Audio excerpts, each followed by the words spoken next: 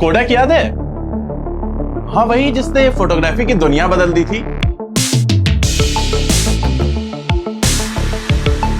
अब कहाँ है वो ब्रांड? दिखता नहीं है ना। चलिए उसकी एक कहानी बताता हूँ। 2012 जब फेसबुक ने इंस्टाग्राम को एक्वायर करके सोशल मीडिया पे फोटो शेयरिंग की दुनिया बदल दी। A company with only 13 employees bought today by Facebook for $1 billion.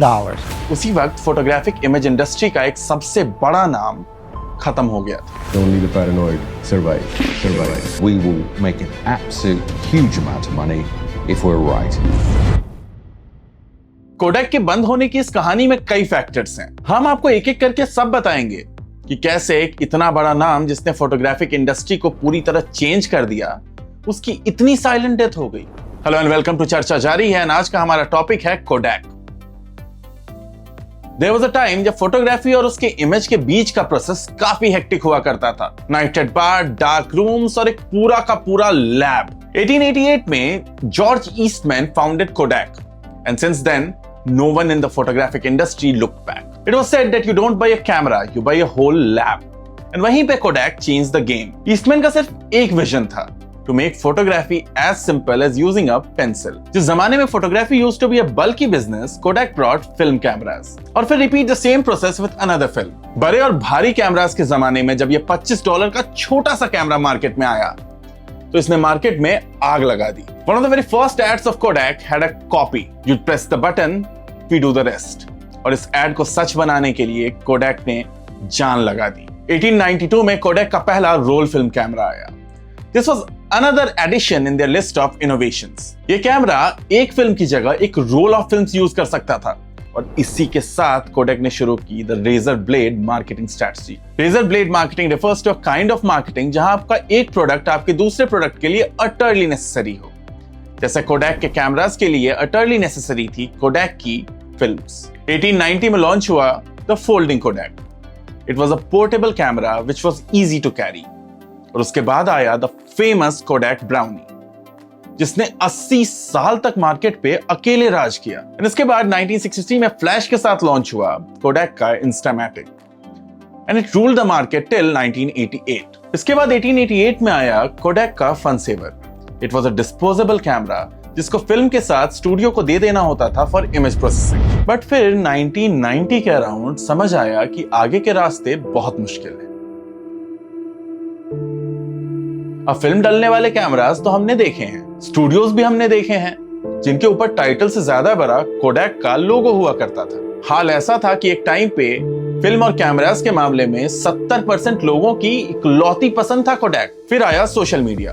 Image sharing के लिए लोगों को इंस्टेंटली पिक्चर्स चाहिए होती थी और उन्हें चाहिए था एक ऐसा कैमरा जो कि आसानी से पिक्चर्स ले पाए और उन्हें प्रोसेस कर पाए। इसी बीच मार्केट में आया डिजिटल कैमरास। हाँ, वन ऑफ दोस्त जिससे ये एपिसोड शूट हो रहा है।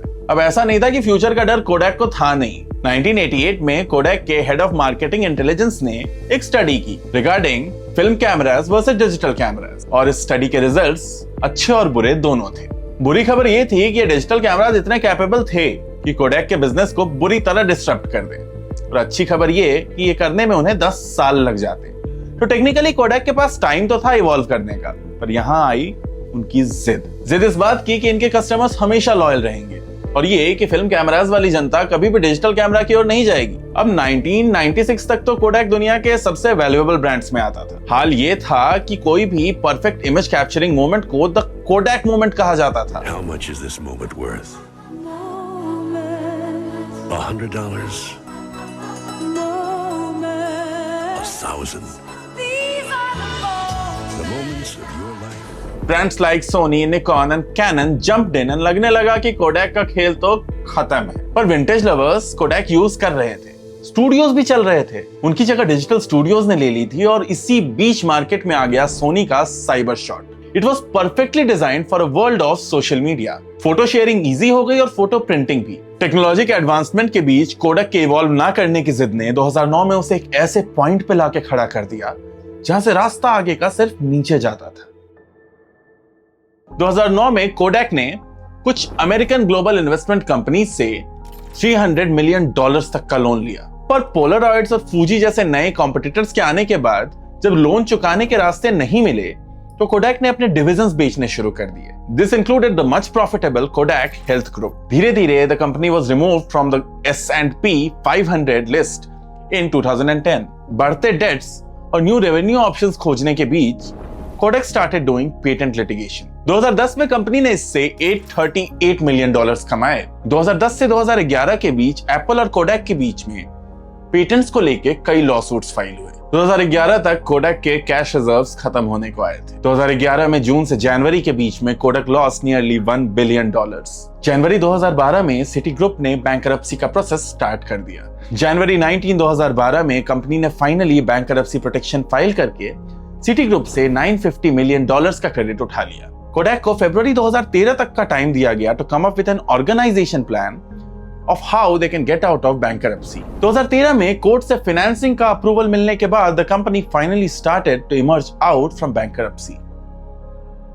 2014 में कंपनी को मिला एक नया CEO, जेफरी जे क्लैर्क। 2016 के एंड तक कंपनी ने जमाने बाद देखा प्रॉफिट। आज के डेट में Kodak is the leading global manufacturer of commercial prints, advanced materials and chemicals. New York stock exchange पे कंपनी लिस्टेड है और इन्वेस्टर्स के पास इस कंपनी की 47% ओनरशिप है। कोडैक का मार्केट कैपिटलाइजेशन आज के डेट में $296 मिलियन का है। कोडैक आज जो भी करती हो, पर जाना तो इस नाम को हमेशा फिल्म्स और कैमरास के लिए जाएगा। हाँ, वही फिल्म्स, कैमरास और नेगेटिव्स जो आजकल विंटेज एंथुसियास्ट के हाथों में दिखते हैं या फिर म्यूजियम्स में। कोडैक स्टूडियोज अब इतिहास का हिस्सा बन गए हैं और ये कंपनी जैसे तैसे चल पा रही है। और इस सब का कारण एक जिद, टेक्नोलॉजी के साथ इवॉल्व ना करने की। Do you also know such brands with great stories?